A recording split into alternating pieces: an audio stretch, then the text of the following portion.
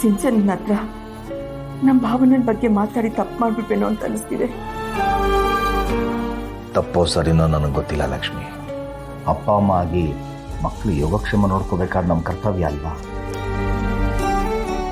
ಇವತ್ತು ಸಿಂಚನ ನನ್ನ ಕೈಲಿ ಏನೂ ಮಾಡೋಕ್ಕಾಗಲ್ಲ ಅಂತ ಹೇಳಿರ್ಬೋದು. ನಾಳೆ ದಿನ ಸತ್ಯ ಗೊತ್ತಾದಾಗ ನಾವು ಆಡಿರೋ ಮಾತು ಅವಳ ಮೇಲೆ ಪರಿಣಾಮ ಬೇರೆ ಬೀರುತ್ತೆ. ಯಾಕೋ ನಮ್ಮನೆ ಹೆಣ್ಮಕ್ಳು ಹಣೆ ಬರನೇ ಸರಿ ಇಲ್ಲ. ನಮ್ಮ ಭಾವನ ಎಷ್ಟು ಒಳ್ಳೆ ಹುಡುಗಿ, ಆದರೂ ಕಷ್ಟ ಅನ್ನೋದವಳು ಸುತ್ತಮುತ್ತನೇ ಸುತ್ತಾ ಇದೆ.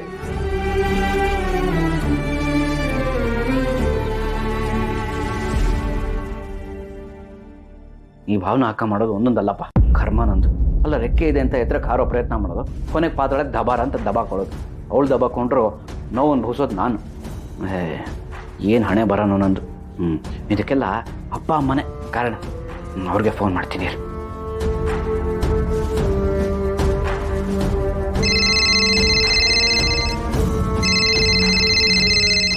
ಹರೀಶ ಫೋನ್ ಮಾಡ್ತಾ ಇದ್ದಾನೆ. ಮತ್ತೇನು ತೊಂದರೆ ಆಗಿದೆಯೋ ಏನೋ. ರಿಸೀವ್ ಮಾಡ್ಕೊಂಡು ಏನು ಅಂತ ಕೇಳು.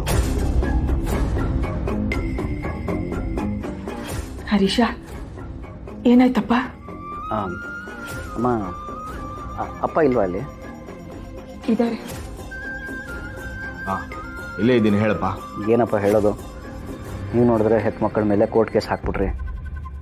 ಮಾನ ಮರ್ಯಾದೆ ಎಲ್ಲ ಬೀದಿ ಪಾಲಾಯಿತು. ನಾವೀಗ ಹೊರಗಡೆ ತಲೆ ಎತ್ಕೊಂಡು ಓಡಾಡಕ್ಕೆ ಹೋಗ್ತಿಲ್ಲ, ಗೊತ್ತಾ?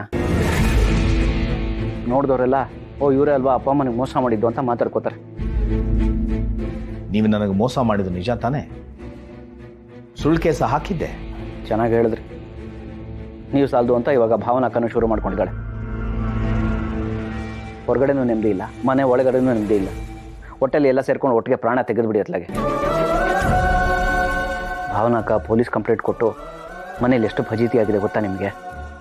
ಇದರಿಂದಾಗಿ ಅವಳು ಎಷ್ಟು ಅನುಭವಿಸ್ತಾಳೆ ಗೊತ್ತಾ? ಯಾಕೋ ಹೀಗೆಲ್ಲ ಮಾತಾಡ್ತಾ ಇದೆಯಾ? ಅಲ್ವೋ, ತಮ್ಮನಾಗಿ ನಿಮ್ಮಕ್ಕ ಹೀಗೆಲ್ಲ ಮಾಡಿರಲ್ಲ ಅಂತ ನಿನಗೂ ಅನಿಸ್ತಾ ಇಲ್ವೇನೋ? ಆ ಸಮಯದಲ್ಲಿ ನೀನು ಅವಳು ಸಹಾಯಕ್ಕೆ ನಿಂತ್ಕೋಬೇಕು, ಅದು ನಿನ್ನ ಕರ್ತವ್ಯ. ಅಮ್ಮ, ನಾನು ಎಲ್ಲಿ ಅಂತ ನೋಡ್ಕೊಳ್ಳಮ್ಮ. ಸಿಂಚನ ಇವಾಗ ಪ್ರೆಗ್ನೆಂಟು, ನಾನು ಅವಳನ್ನ ನೋಡ್ಕೋಬೇಕು ತಾನೆ, ಅದು ನನ್ನ ಕರ್ತವ್ಯ ತಾನೆ. ಅದಕ್ಕಿಂತ ಹೆಚ್ಚಾಗಿ ಇಲ್ಲೇನು ನಡೀತಾ ಇದೆ, ಈ ಮನೆ ಪರಿಸ್ಥಿತಿ ಹೇಗಿದೆ ಅಂತ ನಿಮಗೆ ನಮಗೆ ಗೊತ್ತು. ಅಲ್ಲಿ ಕೂತ್ಕೊಂಡು ಸುಲಭವಾಗಿ ಮಾತಾಡ್ಬಿಡ್ತೀರಾ? ಮಾತಾಡೋಕ್ಕೇನು? ನನಗೆ ಸಿಕ್ಕಾಪಟ್ಟೆ ಹಿಂಸೆ ಆಗ್ತಿದ್ದಮ್ಮ ಇಲ್ಲಿ. ನೋಡಮ್ಮ, ಅಪ್ಪ ನೀವು ಕೇಳಿಸ್ಕೊತಾ ಇದ್ರೆ ಒಂದು ವಿಚಾರ ಹೇಳ್ತೀನಿ. ನಾನು ಹೇಳಿದ್ರೆ ಅಕ್ಕ ನನ್ನ ಮಾತು ಕೇಳಲ್ಲ, ಅವಳಿಗೆ ಅರ್ಥನೂ ಆಗಲ್ಲ. ಅದಕ್ಕೆ ಇಲ್ಲ ನೀವೇ ಇಲ್ಲಿಗೆ ಬಂದು ಮಾತಾಡಿ, ಇಲ್ಲ. ಎಂತ ಮಾತಾಡ್ತೀಯ ಹರೀಶ? ಗಂಡ ಹೆಂಡತಿ ಹೊಟ್ಟಿಗೆ ಇರುವಾಗ ಆ ಮಗಳನ್ನ ಮನೆ ಕರ್ಕೊಂಡ್ ಇಟ್ಕೊಂಡ್ರೆ ನೋಡಿದವ್ರು ಏನು ಅನ್ಕೊಳ್ತಾರೆ? ನೋಡಿದವರು ಇಲ್ಲಿಗೆ ಬಂದು ಪ್ರಾಬ್ಲಮ್ ಏನು ಸಾಲ್ವ್ ಮಾಡಲ್ಲ. ಅವ್ರು ಬರೀ ನೋಡೋದಕ್ಕೆ ಮಾತಾಡೋದಕ್ಕೆ ಅಷ್ಟೇ ಇರೋದು. ದೀಪ, ನೀವು ಇಲ್ಲಿಗೆ ಬಂದು ಅವಳ ಹತ್ರ ಮಾತಾಡಿ, ಇಲ್ಲ ಅವಳನ್ನ ಕರ್ಕೊಂಡು ಹೋಗಿ. ಇಲ್ಲ ಅಂದರೆ ದೊಡ್ಡ ಅನಾಹುತ ಆಗ್ಬಿಡುತ್ತೆ. ಅಮ್ಮ, ಇವತ್ತು ಸಂಜೆ ನಮ್ಮ ಮಾವನವರು ಪಂಚಾಯತಿ ಕರಿತೀನಿ ಅಂತ ಕೂತಿದ್ದಾರೆ. ಹಾಗೇನಾದರೂ ಆದರೆ ಏನಾಗುತ್ತೋ ದೇವ್ರಿಗೆ ಗೊತ್ತು. ಆಮೇಲೆ ಭಾವನಾಕ್ಕನ ಜೀವನನ ಯಾರೂ ಸರಿ ಮಾಡೋಕ್ಕಾಗಲ್ಲ, ಬರ್ದಿಟ್ಕೊಳ್ಳಿ. ಬರೀ ಗಂಡು ಮಕ್ಕಳೇ ತಪ್ಪು ಮಾಡೋದು ಅಂತ ಹೇಳ್ತಾ ಇದ್ರಿ. ಇವತ್ತು ಅಕ್ಕನೂ ತಪ್ಪು ಮಾಡಿದ್ದಾಳೆ. ಅವಳ ಬಗ್ಗೆನೂ ಯೋಚನೆ ಮಾಡೋದು ಬಿಟ್ಟು ಸ್ವಲ್ಪ ನನ್ನ ಜೀವನದ ಬಗ್ಗೆನೂ ಯೋಚನೆ ಮಾಡಿ. ಇನ್ನೇನು ಹೇಳಲ್ಲ ನಾನು. ಏನ್ರಿ ಇದು? ಪಂಚಾಯಿತಿ ಅಂತ ಹೇಳ್ತಿದ್ದಾನೆ. ನನ್ಗೆ ಯಾಕೋ ತುಂಬಾ ಭಯ ಆಗ್ತಾ ಇದೆ. ಇನ್ನು ಏನೇನಾಗುತ್ತೋ ಏನೋ. ಧೈರ್ಯವಾಗಿರು ಲಕ್ಷ್ಮಿ, ನನಗಿನಲ್ವಾ? ಏನೋ ಭಗವಂತ ಒಂದು ದಾರಿ ತೋರಿಸ್ತಾನೆ.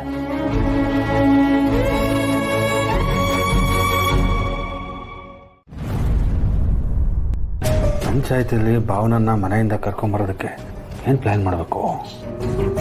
ರೀ ರೀ ರೀ ನಿಮ್ಗೆ ವಿಚಾರ ಗೊತ್ತಾಯ್ತೇನ್ರಿ? ಏನೇ? ಇವು ನಮ್ಮ ಭಾವನ ಮನೇಲಿ ದೊಡ್ಡ ರಾಧಾಂತನೇ ನಡೆದೋಗಿದೆ ರೀ. ಅದೇನು ಚಿಕ್ಕ ವಿಷಯ ಅಲ್ಲ, ಆದ್ರೂ ಅಷ್ಟೊಂದು ತಿಳುವಳಿಕೆ ಇರೋ ಅವ್ರ ಮನೆಯವರು ಇದನ್ನ ಇಷ್ಟು ದೊಡ್ಡ ಮಾಡ್ಬೇಕಾ ಅಂತ. ಓಹೋ, ಇವಳಿಗೆ ಪಂಚಾಯತಿ ವಿಷಯ ಗೊತ್ತಾಗಿರ್ಬೇಕು. ಹೇ, ಅದೇನು ಚಿಕ್ಕ ವಿಷಯ ದೊಡ್ಡ ವಿಷಯ? ಏನೊಂದು ಸರಿಯಾಗಿ ಹೇಳು. ರೀ, ಅದೇನಾಯ್ತಂತಂದ್ರೆ ಮೊನ್ನೆ ನಮ್ಮ ಭಾವನ ನಡ್ಕೊಂಡು ಹೋಗ್ತಿರೋವಾಗ ಅವಾಗ ಅವಳಿಗೆ ದಾರಿನಲ್ಲಿ ಒಂದು ವಯಸ್ಸಾದರು ಮತ್ತೆ ಅವಳ ಜೊತೆ ಒಂದು ಹುಡುಗಿನೂ ಸಿಕ್ಕದ್ರಂತೆ. ಆ ಹುಡುಗಿ ಮದುವೆ ಆಗಿತ್ತಂತೆ ರೀ. ಆ ಹುಡುಗಿಗೆ ಅವಳ ಮನೆಯಲ್ಲಿ ವರದಕ್ಷಿಣೆ ತಗೊಂಡ್ ಬಾ ಅಂತ ಎಲ್ಲರೂ ಪೀಡಿಸ್ತಿದ್ರಂತೆ.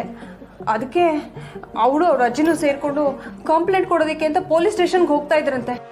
ಅದೇನೋ ಕನ್ಫ್ಯೂಸ್ ಆಗಿ ನಮ್ಮ ಭಾವನ ಹತ್ರ ಸ್ವಲ್ಪ ಸಹಾಯ ಕೇಳಿದ್ದಾರೆ. ಅದಕ್ಕೆ ನಮ್ಮ ಭಾವನ ಪೊಲೀಸ್ ಸ್ಟೇಷನ್ಗೆ ಅವ್ರ ಜೊತೆನೆ ಹೋಗಿ ಕಂಪ್ಲೇಂಟ್ ಕೊಟ್ಟು ಬಂದಿದ್ದಾಳೆ.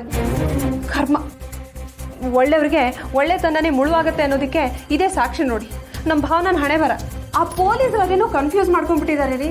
ಆ ಹುಡುಗಿ ಹೆಸರು ಭಾವನಾ ಅಂತಲೇ ಆಗಿತ್ತಂತೆ. ಅದಕ್ಕೆ ಈ ಪೊಲೀಸರು ವಿಚಾರಣೆ ಮಾಡೋದಕ್ಕೆ ಅಂತ ಜವರೇಗೌಡರ ಮನೆಗೆ ಹೋಗ್ಬಿಟ್ಟಿದ್ರಂತೆ ರೀ. ಈ ವಿಷಯ ಗೊತ್ತಾದಾಗಿಂದ ಅವ್ರ ಮನೆಯವರೆಲ್ಲ ಸೆಟ್ ಮಾಡ್ಕೊಂಡಿದ್ದಾರೆ. ಸಿಂಚನೂ ತುಂಬ ಬೇಜಾರು ಮಾಡ್ಕೊಂಡಿದ್ದಾಳೆ. ಇದೆಲ್ಲ ಯಾಕೆ ಹೀಗಾಗ್ತಿದೆಯೋ ಏನೋ. ಈಗ ಜವರೇಗೌಡರು ಅವ್ರ ಮನೆಯವ್ರನ್ನ ಪಂಚಾಯತಿಗೆ ಅಂತ ಕರೆಸ್ತಿದಾರಂತೆ. ಜೊತೆಗೆ ಅತ್ತೆ ಮಾವನನ್ನು ಬರೋದಕ್ಕೆ ಹೇಳಿದ್ದಾರೆ. ಆ ಮನೆಯವರಿಂದ ನಮ್ಮ ಅಪ್ಪ ಅಮ್ಮಂಗೆ ನೆಮ್ಮದಿನೇ ಇಲ್ಲ. ಈ ವಯಸ್ಸಲ್ಲಿ ಪಂಚಾಯತಿ ಅದಕ್ಕೆಲ್ಲ ಯಾಕೆ ಹೋಗ್ಬೇಕು ಅವರು? ರೀ ಏನ್ರಿ ಹೇಳ್ತಿದ್ದೀರಾ ನೀವು? ಹ್ಞೂ ಕಣೆ, ನಾವು ಸಾವಿರ ಮಾಡ್ಬೋದು, ಆದರೆ ಹೊರಗಿನವರು ನಮ್ಮ ಅಪ್ಪ ಅಮ್ಮಂಗೆ ತೊಂದರೆ ಕೊಟ್ಟರೆ ನೋಡ್ಕೊಂಡು ಸುಮ್ಮನೆ ಇರೋಕ್ಕಾಗುತ್ತೇನೆ? ನಮ್ಮ ಅಪ್ಪ ಅಮ್ಮ, ನಮ್ಮ ತಂಗಿಯರು, ಅವ್ರನ್ನೆಲ್ಲ ನಾನು ಒಂದು ದಿವಸನಾದರೂ ನೋಡಿದ್ದೀನಿ. ನೆನೆಸ್ಕೊಂಡ್ರೆ ನನ್ನ ಬಗ್ಗೆ ನನಗೆ ಅಸಹ್ಯ ಅನಿಸುತ್ತೆ. ಇನ್ನು ಮೇಲೆ ಅಂತ ತಪ್ಪು ಮಾಡಲ್ಲ ಕಣೆ ನಾನು. ನೀನೇನು ಯೋಚನೆ ಮಾಡಬೇಡ. ಆ ಪಂಚಾಯತಿಗೆ ಅಪ್ಪ ಅಮ್ಮ ಹೋಗೋದು ಬೇಡ, ನಾನು ಹೋಗ್ತೀನಿ.